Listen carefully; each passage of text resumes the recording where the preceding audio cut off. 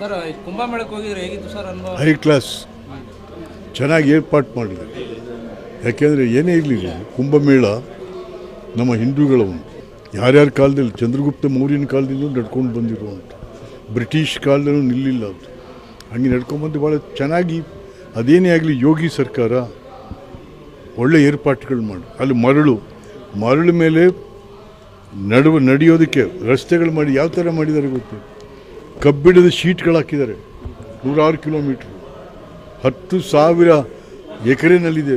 ಅಯ್ಯೋ ನಿಜಕ್ಕೂ ಕೂಡ ಕೋಟ್ಯಾಂತರ ಜನರನ್ನ ಅಲ್ಲಿ ಒಂದು ಸರ್ಕಾರ ಚೆನ್ನಾಗಿ ಅದನ್ನು ಮಾಡಿದ್ದಾರೆ. ಸುಮ್ಮನೆ ಯಾರ್ಯಾರೋ ಬಾಯಿ ಬಂದಂಗೆ ಏನು ಹುಡುಗಾಟಿಕೆ ಏನ್ರಿ, ಮನೆ ಒಂದು ಮದುವೆ ಮಾಡೋಕ್ಕೆ ಮ್ಯಾಲೆ ಬಿದ್ದು ಆ ತಟ್ಪಟ್ಟಿ ಎಲ್ಲ ಕಿತ್ತಾಡ್ಕೊಂಡು ಹೋಯ್ತವೆ ಅತ್ತಗೆ. ಇಲ್ಲ, ಏರ್ಪಾಟ್ಗಳು ಏನೇ ಇರಲಿ ಸ್ವಲ್ಪ ಸಣ್ಣ ಪುಟ್ಟದ್ದು ಇರ್ತದೆ, ಬಟ್ ಭಾಳ ಒಳ್ಳೆ ಏರ್ಪಾಟ್ಗಳು ಮಾಡಿದ್ರು. ಸರ್ ಕುಂಭಮೇಳಕ್ಕೆ ಹೋಗಿದ್ರೆ ಹೇಗಿತ್ತು ಸರ್ ಅನುಭವ? ಹೈ ಕ್ಲಾಸ್ ಚೆನ್ನಾಗಿ ಏರ್ಪಾಟ್ ಮಾಡಿದ್ದಾರೆ. ಯಾಕೆಂದರೆ ಏನೇ ಇರಲಿ, ಕುಂಭಮೇಳ ನಮ್ಮ ಹಿಂದೂಗಳ ಒಂದು ಯಾರ್ಯಾರ ಕಾಲದಲ್ಲಿ ಚಂದ್ರಗುಪ್ತ ಮೌರ್ಯನ ಕಾಲದಿಂದ ನಡ್ಕೊಂಡು ಬಂದಿರುವಂಥ, ಬ್ರಿಟಿಷ್ ಕಾಲದಲ್ಲೂ ನಿಲ್ಲಿಲ್ಲ ಅದು.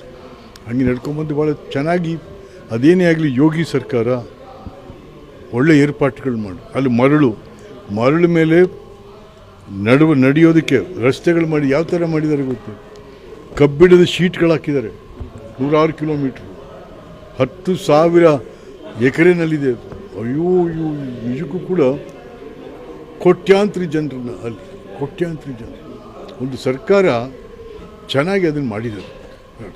ಸುಮ್ಮನೆ ಯಾರ್ಯಾರೋ ಬಾಯಿ ಬಂದಂಗೆ ಏನು ಹುಡುಗಾಟಿಕೆ ಏನ್ರಿ, ಮನೆ ಒಂದು ಮದುವೆ ಮಾಡೋಕ್ಕೆ ಮ್ಯಾಲೆ ಬಿದ್ದು ಆ ತಟ್ಪಟ್ಟಿ ಎಲ್ಲ ಕಿತ್ತಾಡ್ಕೊಂಡು ಹೋಯ್ತವೆ ಅತ್ತಗೆ. ಇಲ್ಲ, ಏರ್ಪಾಟ್ಗಳು ಏನೇ ಇರಲಿ ಸ್ವಲ್ಪ ಸಣ್ಣ ಪುಟ್ಟದ್ದು ಇರ್ತದೆ, ಬಟ್ ಭಾಳ ಒಳ್ಳೆ ಏರ್ಪಾಟ್ಗಳು ಮಾಡಿದ್ರು.